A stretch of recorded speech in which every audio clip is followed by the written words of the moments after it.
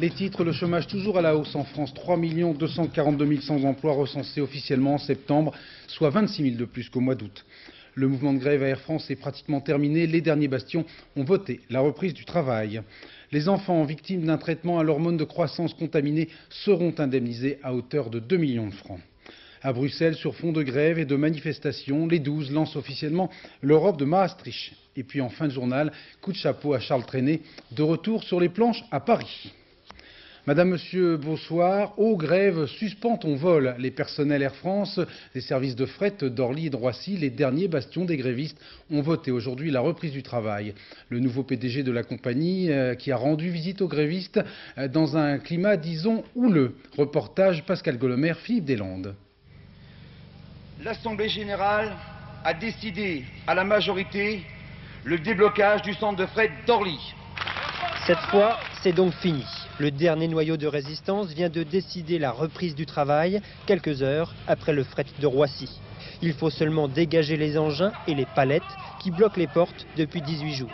Les grévistes ont finalement obtenu la levée des sanctions et l'étalement des retenues sur salaire pour jour de grève. Christian Blanc l'avait annoncé dès ce matin à Roissy. Il est revenu le dire ce soir à Orly, au milieu des employés de la maintenance, face à face tendu. Premier dialogue. J'ai besoin effectivement de rencontrer tout le monde rapidement. Oui, ça, on le fait, mais ça ne change rien à notre problème. Nous, on a besoin de travailler, on a besoin de vivre, on a besoin que les avions volent, nous. Et pour ça, on a besoin qu'on réponde à nos revendications très rapidement. La compagnie a besoin. C'est ici qu'on avait décidé la semaine dernière d'envahir les pistes. Tous les jours, on organise des assemblées générales, même si le travail a repris peu à peu. Alors l'arrivée d'un nouveau président n'intimide personne. Un président qui veut d'abord apaiser le climat. Les mesures qui étaient celles prévues dans le plan du 15 septembre sont suspendues, gelées.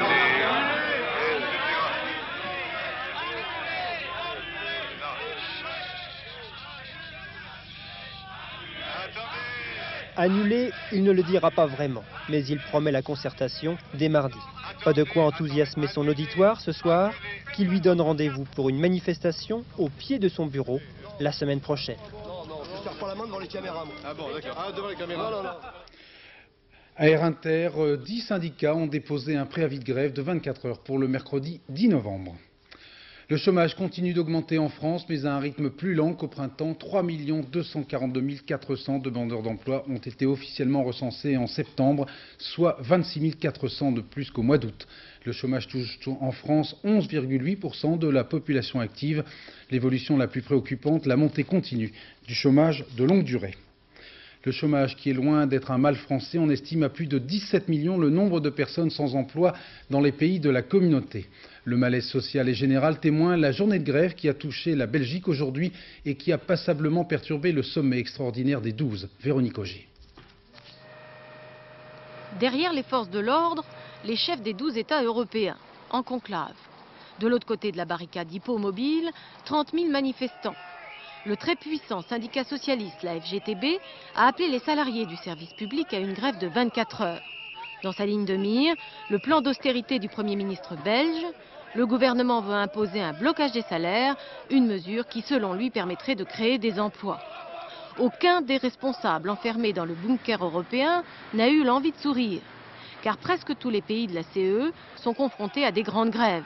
Le Portugal, la France, l'Italie, l'Espagne, l'Allemagne. En 2 ans, la communauté économique européenne a produit 5 millions de nouveaux chômeurs. L'Europe de Maastricht, acte 1, scène 1, avec ce Conseil européen qui n'avait d'extraordinaire que l'appellation, dans un climat plutôt morose, à l'image de Jacques Delors, qui parle d'une fin de mandat un peu triste. Au programme des 12, entre autres, la répartition de 11 institutions techniques et bancaires, à commencer par l'Institut monétaire européen, qui sera installé à Francfort. Sur place, pour France 2, Philippe Sassier. Les motards belges ont une tenue qui ne passe pas inaperçue. En tout cas, ils ont mis de la couleur dans un sommet assez terne où on a quand même rappelé la nécessité absolue de faire l'Europe. Dans leur conclusion, chefs d'État et de gouvernement soulignent que Europe rime avec sécurité, prospérité, solidarité. L'Union aidera à faire face aux mutations industrielles et sociales, ont affirmé les 12 qui ont condamné l'isolement et le repli sur soi. Helmut Kohl a déclaré que le calendrier de l'Union économique et monétaire était incontournable, une façon de confirmer solennellement l'engagement européen des Allemands. Quant au président Mitterrand, il a affirmé qu'il fallait maintenant mettre en œuvre le traité de Maastricht. Je me permettrai de vous rappeler, non pas de vous informer, que le traité de Maastricht a été adopté, ratifié, et qu'il n'est plus question de revenir là-dessus. Son application commence à partir du 1er novembre. Donc on s'est mis en situation d'avoir à travailler dans le cadre de l'Union européenne. Il y a quelques jours, Alain Juppé a accordé une interview à un journal du 18e arrondissement, dont il est l'élu, avec notamment une petite phrase qui risque de faire jaser dans les couloirs du sommet de Bruxelles. Le ministre français des Affaires étrangères affirme en effet, je cite, que John Major, qui tremblote devant Madame Thatcher, ne trouve rien de mieux pour se donner du courage que d'injurier nos paysans et les Français en général. Cela dit, nous retrouvons en direct de Bruxelles notre envoyé spécial, Herr Dr Sassier. Première question, est-ce que la question des sièges a enfin été réglée ? Eh ben oui, Bruno, c'est réglé. Ben, ça n'a pas été facile, hein. Ils ont discuté très longtemps, ils ont joué les prolongations. Alors voilà les résultats. L'Institut monétaire européen, la future Banque centrale européenne, ben, c'est Francfort qui a gagné. L'Europol, c'est-à-dire la police européenne, c'est la Haye. L'Observatoire européen de la drogue, c'est Lisbonne. L'agence de médicaments, c'est très important parce qu'elle va fixer les normes pharmaceutiques pour toute l'Europe. Ben, ça, c'est Londres qui a fini par l'emporter. Santé, sécurité du travail ira à Madrid. L'office vétérinaire, c'est Dublin. La France, ben, elle n'a rien, mais elle a fait quand même rappeler qu'il y aura 12 sessions, je dis bien 12 sessions du Parlement européen qui se tiendront à Strasbourg. Philippe, est-ce qu'on peut faire un rapide bilan de cette réunion ? Très rapidement, Bruno, sur l'ex-Yougoslavie, eh ben, l'aide humanitaire doit être acheminée par tous les moyens. L'hiver ne doit pas être fatal aux habitants de Sarajevo. L'action contre le trafic de drogue et le crime organisé va être accélérée. Le calendrier de l'Union économique et monétaire est respecté. Puis en ce qui concerne le GATT, on a réaffirmé la nécessité d'un accord global et équilibré. Et ici, on a confirmé les conclusions du dernier Conseil des ministres qui s'était tenu à Bruxelles et qui respectait les préoccupations françaises. Donc tout à l'heure, M. Balladur était assez content. Merci Philippe Sassier. Les douaniers français viennent de finir leur compte. En juillet, la balance commerciale de la France a enregistré un nouvel excédent exceptionnel de 10,440 milliards de francs, en frôlant donc le record historique du mois de mai à 10,6 milliards. Depuis le début de cette année, le solde cumulé est donc de 46 milliards contre 19 pour la même période de l'an passé. Mais cette performance est due principalement à un nouveau recul des importations, ce qui n'est pas forcément un signe de très bonne santé économique. Derrière la sécheresse des statistiques, il y a des hommes, des entrepreneurs qui se battent et qui n'hésitent pas à chercher fortune à l'étranger. Exemple de ce spécimen trop rare en France, cet homme de 28 ans qui a monté une PME à Taïwan. Portrait signé Frédéric Rota, Michel Genoulatos. La pollution des uns fait les affaires des autres. Le développement économique anarchique de Taïwan a entraîné de sérieux problèmes d'environnement. C'est sur ce marché que Manuel Rouard travaille depuis maintenant 4 ans. Arrivé pour son service national, il a décidé de rester, convaincu des possibilités de business sur le marché asiatique. Sa société, EMO, filiale d'une PME du sud de la France, est spécialisée dans l'équipement de stations de traitement des eaux et elle a remporté ici un gros contrat. Ce genre de contrat, c'est 2 ans de travail. Non-stop. Alors, pas non-stop, mais c'est 2 ans de travail et 2 ans d'attention non-stop. La capitale compte 4 millions d'habitants et seulement 2 stations d'épuration. Il y a de quoi faire, mais il faut prendre son temps. Manuel travaille 6 jours sur 7, sacrifiant sa vie privée. Pour réduire ses coûts, il partage son bureau avec une autre société française. L'an prochain, son budget sera en équilibre. Il sera alors possible d'attaquer d'autres marchés. On fait nos premières armes sur Taïwan et après on se lance sur les autres pays asiatiques. Concernant l'ouverture sur la Chine, il est vrai que les Chinois de Taïwan, la plupart des sociétés n'ont qu'une envie, c'est de revenir en Chine. Et nous sommes constamment consultés pour des projets en Chine, managés soit par des Chinois de Taïwan, soit par des Hongkongais. Ce que reproche Manuel Rouard aux chefs d'entreprise français, c'est leur frilosité. Ils n'ont pas encore pris conscience du potentiel asiatique et ceux qui essaient de percer ne se donnent pas les moyens. Je crois qu'on est venu ici avec l'intention d'y rester pour le long terme et ne pas faire quelques affaires et repartir. Donc on a gagné une crédibilité auprès de nos clients finaux et auprès de tous nos partenaires. qui nous assure un chiffre d'affaires constant et un chiffre d'affaires qui continue toujours à augmenter. 150 entreprises françaises ont déjà pris position à Taïwan. C'est encore insuffisant. L'Asie n'est plus à considérer comme une région de main-d'œuvre à bas prix, mais bien comme un marché en explosion. Simone Veil l'a annoncé cet après-midi devant le Parlement. Les familles d'enfants victimes d'hormones de croissance contaminées seront indemnisées à hauteur de 2 millions de francs par enfant. Maryse Burgot et Frédéric Delarue ont rencontré une famille touchée par ce drame. C'était son anniversaire. Elle était encore plus jeune. C'était dans l'ancien appartement. Ce fils dont il parle à l'imparfait s'appelait Ilyassil. C'était un enfant de petite taille. Alors, pour le faire grandir, les médecins conseillèrent des hormones de croissance. Quelques années plus tard, Ilyassil succombait à la maladie de Creutzfeldt-Jakob, maladie incurable qui entraîne une dégénérescence du cerveau. En fait, les hormones de croissance étaient contaminées. Aujourd'hui, l'État propose d'indemniser toutes les familles concernées par ce drame. Mon avis, c'est qu'on les embête un peu. Mais je crois que là, ils se trompent. Là. S'ils veulent faire ça pour nous faire taire, non, je crois pas, sincèrement.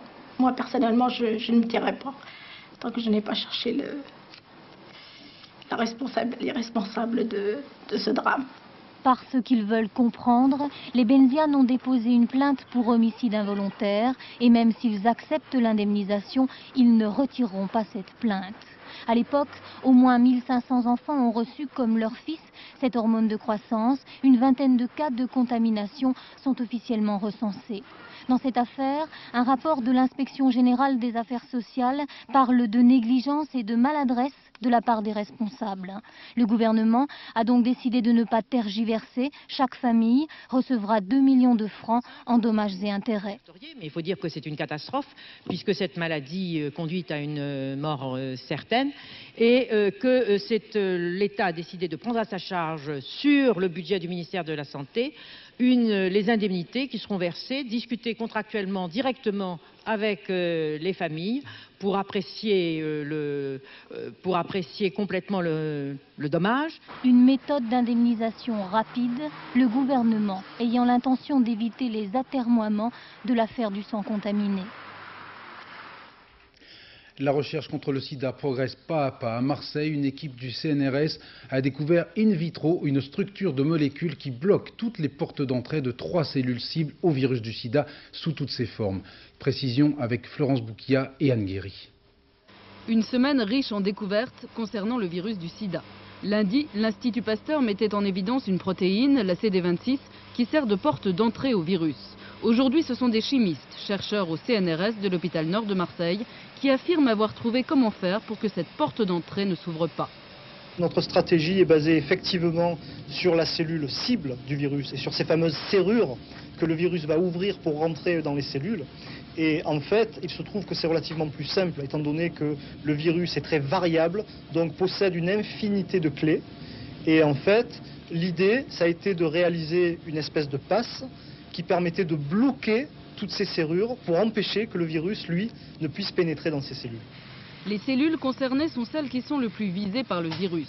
Les lymphocytes et macrophages, présentes dans le sang et les tissus, et les cellules intestinales. La molécule de synthèse, fabriquée par les chercheurs, permet donc à la cellule de verrouiller sa serrure, s'autoprotégeant ainsi contre les virus HIV1, HIV2 et peut-être d'autres virus encore. Le professeur Luc Montagnier, co-découvreur du virus du sida, juge cette découverte intéressante et complémentaire à celle de l'Institut Pasteur, mais il souligne, comme d'ailleurs l'équipe de Marseille elle-même, qu'il faut maintenant l'expérimenter in vivo afin de vérifier que cette molécule n'est absolument pas toxique. L'Allemagne connaît elle aussi le drame du sang contaminé, un scandale qui vient de rebondir à Coblence avec l'arrestation du PDG d'une entreprise pharmaceutique qui avait, semble-t-il, fait preuve d'une grande légèreté lors des tests de prélèvement sanguin. Enquête de notre correspondant Pascal Guigné. Laboratoire sous scellé par décision de justice, le directeur et son assistant arrêtés par la police. C'est un tournant dans l'affaire du sang contaminé. UB Plasma aurait continué jusqu'à ces dernières semaines de commercialiser des produits infectés. Une employée l'affirme, 1 donneur sur 3 seulement subissait le test de dépistage, pourtant formellement obligatoire depuis 1985. En outre, le labo testait les produits en bloc, par lot, avec tous les risques d'erreurs inhérents. Circonstance aggravante, 54 hôpitaux, cliniques ou entreprises allemandes se fournissaient régulièrement chez UB Plasma. Bref, la mort en petite bouteille a pu gagner les quatre coins de l'Allemagne. Ce scandale éclate 10 jours après la mise en cause d'un premier laboratoire, Biotest, fabriquant des produits coagulants, produits pour arrêter les hémorragies, produits souvent utilisés dans beaucoup de maternités. Biotest, lui aussi, aurait vendu en toute connaissance de cause des lots contaminés, et ce, jusqu'en 1990. Chaque jour qui passe apporte donc de nouvelles révélations où la cupidité des uns n'a d'égal que l'incompétence des autres. Les chiffres sont terribles, 2305 cas de contamination qui auraient parfaitement dû être évités. Comment un pays aussi policé, aussi contrôlé, aussi réglementé que la République fédérale a-t-il pu tolérer de telles lacunes dans le domaine de la santé publique? Au nom de quels intérêts? Avec quelle complicité? Une commission d'enquête parlementaire a été créée aujourd'hui à Bonn. Elle devra répondre à toutes ces questions. En politique française, c'est le grand calme. À noter tout de même la démission du maire de Nice, apparenté RPR, Honoré Bellet, 74 ans, pour raison de santé. Commentaire de notre correspondante Valérie Hermite. La nouvelle est tombée en milieu d'après-midi. Une rumeur de plus a-t-on d'abord cru à Nice, mais pourtant cette fois est la bonne. Honoré Bellet, 74 ans, successeur malgré lui en septembre 90 de Jacques Médecin, a démissionné ce matin à Paris. Acculé par sa propre majorité, miné par de graves problèmes de santé, touché par les problèmes judiciaires de sa femme et absent depuis plusieurs mois de son siège de maire, Honoré Bellet, le maire de transition, n'aura pas pu jouer son rôle, tenir jusqu'aux prochaines élections municipales. Réaction mitigée des politiques niçois, certains demandent des élections générales. La solution que je préconise est la seule qui est intéressante pour la ville de Nice, ce sont des élections municipales anticipées. Voilà, démission en bloc du conseil municipal. Je pense qu'il a enfin mesuré que ces 3 années de tergiversation devaient l'amener à une attitude un peu plus digne, donc je veux lui rendre hommage. Aujourd'hui, c'est chose faite. Il faut qu'il y ait des élections générales et j'en appelle à la candidature de Jacques Toubon. Jacques Toubon à Nice, mystère. Un souhait du RPR, mais pas de réponse de l'intéressé. Alors, en attendant, une seule solution pour le RPR, il faudra tenir coûte que coûte jusqu'à la prochaine échéance électorale. La suite appartient évidemment, comme le prévoient nos institutions républicaines, au conseil municipal. Et n'attendez pas de moi que je fasse quelques pronostics que ce soit, ou que je prenne quelques positions. C'est aux conseillers municipaux niçois et à eux seuls de désigner au sein du conseil municipal de Nice, et dans les délais que prévoit le code des communes, le successeur d'Honoré Bellet. En clair, une nouvelle élection interne au sein du conseil municipal, une de plus à Nice. Et le nom de Jean-Paul Baretti, conseiller municipal de la majorité, se met à circuler, lui aussi, comme une autre rumeur.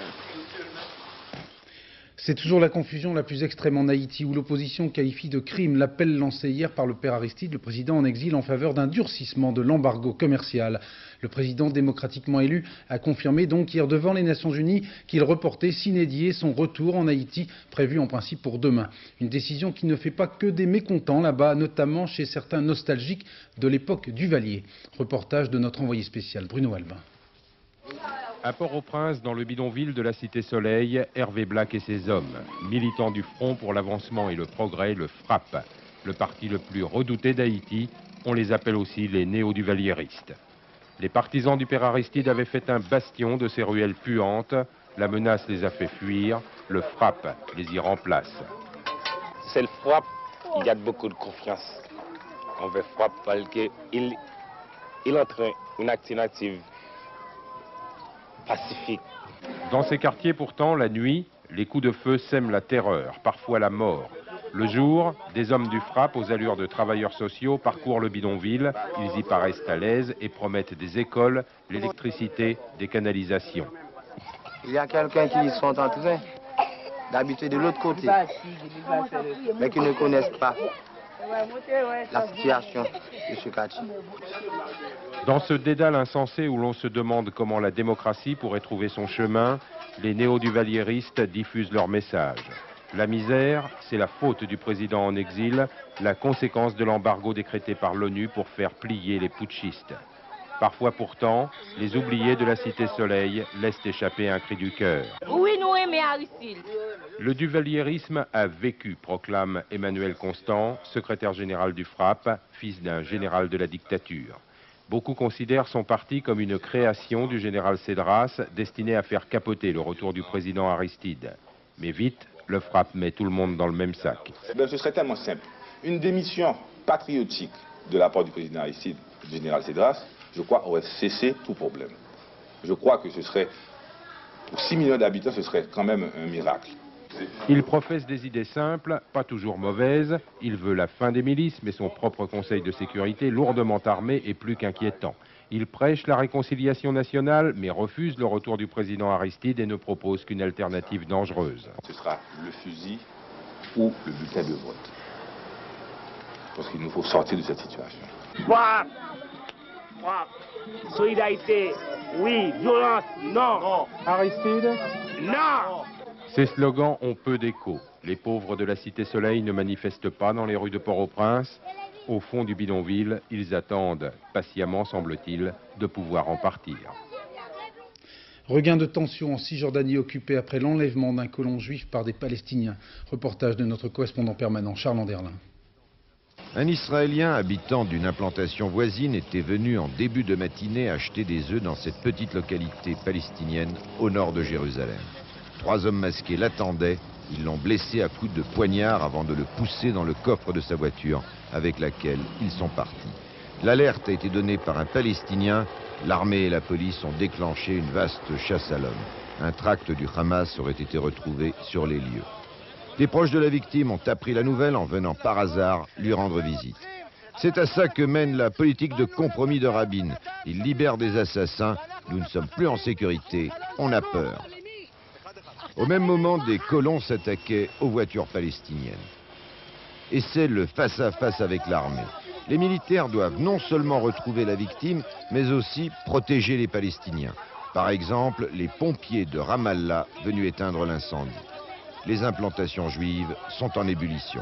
La seule chose que nous pouvons faire, c'est réagir contre le gouvernement israélien. On ne peut pas accuser les Arabes quand on a notre gouvernement qui vraiment laisse faire et ces choses-là. Les colons se sentent de plus en plus isolés et leur chef répète qu'ils tenteront d'empêcher la mise en place de l'autonomie palestinienne.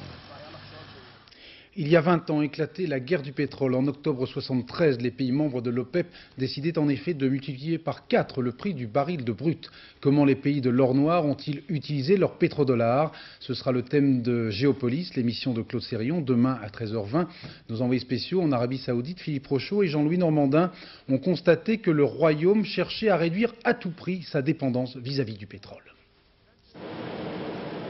22 000 têtes de bétail sont parquées ici dans la plus grande ferme du monde. Ça n'est ni en Bavière ni au Texas, mais en plein cœur du désert du Nejd, en Arabie Saoudite. Le maïs fourragé est cultivé sur place mais revient 5 fois plus cher qu'en Europe. De même, il faut aller chercher l'eau à 1800 mètres de profondeur pour abreuver ses vaches. 20 ans après le choc pétrolier de 1973, l'Arabie ne veut plus dépendre uniquement de l'or noir et elle y parvient. En exportant par exemple le lait de ses vaches dans les pays du Golfe ou au Liban. Elle compte aussi sur le marché du futur État palestinien. Mais ces projets, tout comme les dépenses d'armement, coûtent cher et les réserves financières du pays ont sérieusement baissé. L'Arabie n'entend pas pourtant augmenter le prix du pétrole. Nous pensons que la stabilité des prix du pétrole et des exportations est bonne pour le monde entier. Pour vous, les pays industrialisés, mais aussi pour le tiers-monde. Aussi, nous essayons toujours de ménager ces 2 éléments. La famille royale pense que la paix qui se dessine au Proche-Orient peut redonner un coup de fouet à l'économie de l'Arabie Saoudite 3 ans après la guerre du Golfe qui a coûté 55 milliards de dollars au pays.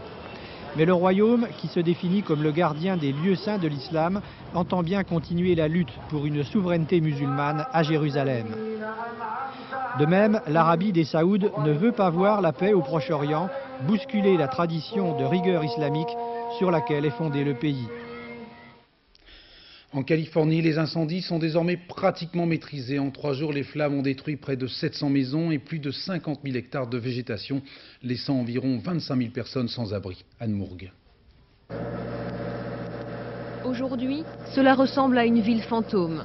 C'était un quartier riche, un des plus luxueux de Californie. Les maisons étaient noyées sous la végétation, le feu y a trouvé un terrain propice. Ma maison, raconte cette femme, c'est l'endroit où j'ai passé les meilleurs moments de ma vie. C'est fini maintenant. Petit à petit, les habitants reviennent pour constater, impuissants, l'ampleur des dégâts. Beaucoup l'affirment, ils ne construiront plus jamais ici, ils veulent partir, oublier. D'autres fouillent les décombres à la recherche d'une photo, d'un souvenir, souvent pour rien. Pour eux, des centres d'hébergement ont été ouverts. Repas chauds, vêtements, ils sont des milliers à avoir tout perdu.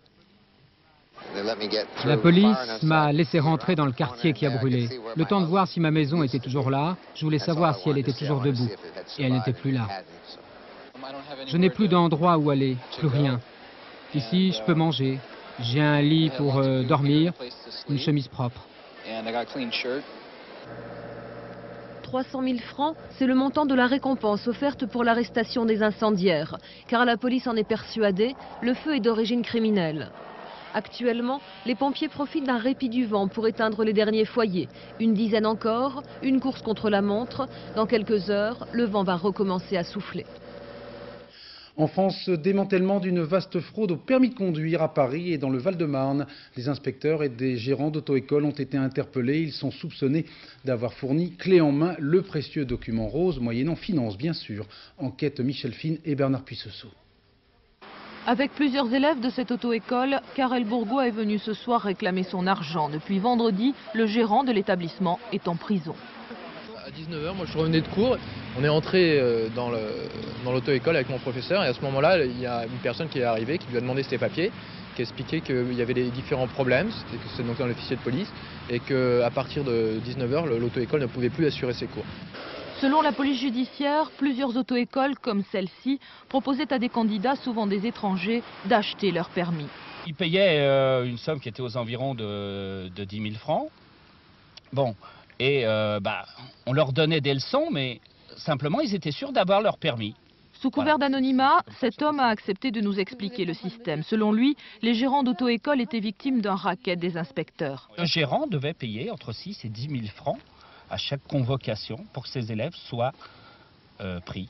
Donc c'était une forme de racket c'était un racket. Des inspecteurs. Tout à fait. À l'égard des gérants. Tout à fait. S'il n'avait pas d'argent, il n'y avait pas de permis.